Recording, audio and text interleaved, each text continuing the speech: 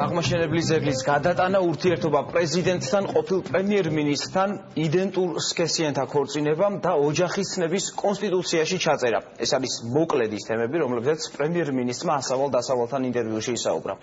ყარიბაშვილმა თითქმის ყველა აქტუალურ საკითხზე ისაუბრა, ლევან ჩუგოშვილმა წაიკითხა ასავალ-დასავალი.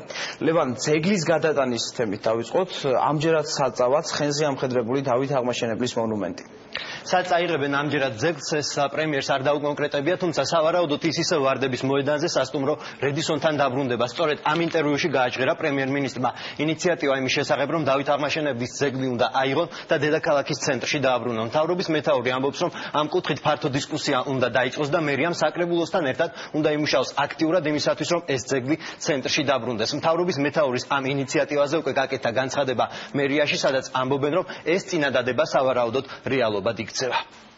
ნებისმიერი ინიციატივა შეიძლება გახდეს განხილვის საგანი, შესაძლებელია ეს იდეა განხილული იქნეს საზოგადოებასთან ერთად და თვითმფრინავი საზოგადოება ჩათვლის საჭიროდ, რომ მსგავსი ტიპის ცვლილება არის შესაძლებელი, ბუნებრივია ეს განხილვა, ამ განხილვის დაწყება არის შესაძლებელი. აქ იგულისხმებიან რა თქმა უნდა სპეციალისტები, ზოგადად თბილისელი მოსახლეობა და ასევე იგივე ბიზნეს ჯგუფები, ვისაც შეიძლება გარკვეული მოსაზრებები ჰქონდეს ამ საკითხებთან დაკავშირებით.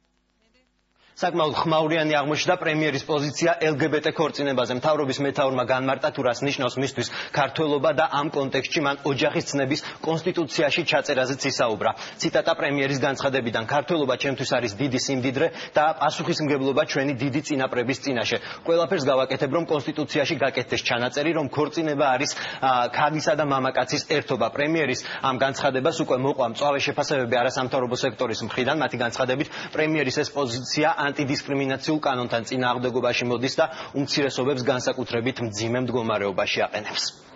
როდესაც ორ ადამიანს უნდა რომ იყოს ერთად და ამას ერქვა ქორწინება, ამასთან სახელმწიფოს არაფერი არ ესახება. რა თქმა უნდა, კერძო პირებს ეკლესია შეიძლება ქონდეს განსხვავებული მოსაზრება, ეს მათი არჩევანია, მაგრამ სახელმწიფო და კანონი ვალდებულია, რომ უზრუნველყოს ყველა ადამიანის თანასწორობა მის წინაშე და სახელმწიფო პოლიტიკა თუ კანონმდებლობა არ შეიძლება იყოს ისეთი, რომელიც რაიმე ნიშნით ვინმეს აფიქრებინებს, რომ ის არის მეორეხარისხოვანი ადამიანი და მეორეხარისხოვანი მოქალაქე.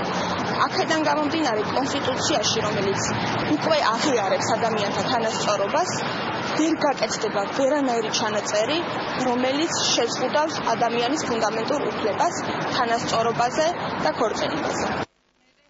სხვა ბევრი თემის მიუხედავად, პრემიერ-მინისტრის 7 გვერდიანი ინტერვიუს ძირითადი ნაწილი მაინც პრეზიდენტს და მის კრიტიკას ეხება. იმის მიუხედავად, რომ ღარიბაშვილი და მარგველაშვილი გუშინ გვერდი-გვერდი ისხდნენ და საუბრობდნენ, დღეს პრემიერი პრეზიდენტის მისამართით კითხვებს მაინც საგაზეთო ინტერვიუდან აგზავნის. მთავრობის მეთაურს აინტერესებს, რატომ აკრიტიკებს პრეზიდენტის ადმინისტრაცია მეჭიაური ებანოიძის სადაო კანონპროექტს. ციტატა პრემიერის ინტერვიუდან: ჩემთვის გაუგებარია, რატომ აქვთ ასეთი სკეპტიკური დამოკიდებულება ეროვნული ბანკიდან კომერციულ ბანკებზე ზედამხედველობის ფუნქციის გამოყოფაზე. მათი ამგვარი პოზიცია ბევრ კითხვას აჩენს. ასევე პრემიერს კითხვები აქვს ათონელის რეზიდენციასთან დაკავშირებითაც და კიდევ ერთი ციტატა: პრეზიდენტმა საზოგადოებას უნდა აუხსნას, რატომ დაიხარჯა 28 მილიონი მისთვის რეზიდენციის მშენებლობაზე. თუკიავლაბრის რეზიდენციის დატოვებას ის არ აპირებდა, ჩვენს სახელმწიფოს არ აქვს ფუფუნების რესურსი. პრემიერის ამ განცხადებებს მთავარი ადრესატი ჯერჯერობით არ გამოხმაურებია. ჩვენ ამ დრომდე ველოდებით კომენტარს პრეზიდენტის ადმინისტრაციის მხრიდან, თუმცა წინასწარი ინფორმაციით ადმინისტრაცია ამ განცხადებებზე კომენტარების გაკეთებას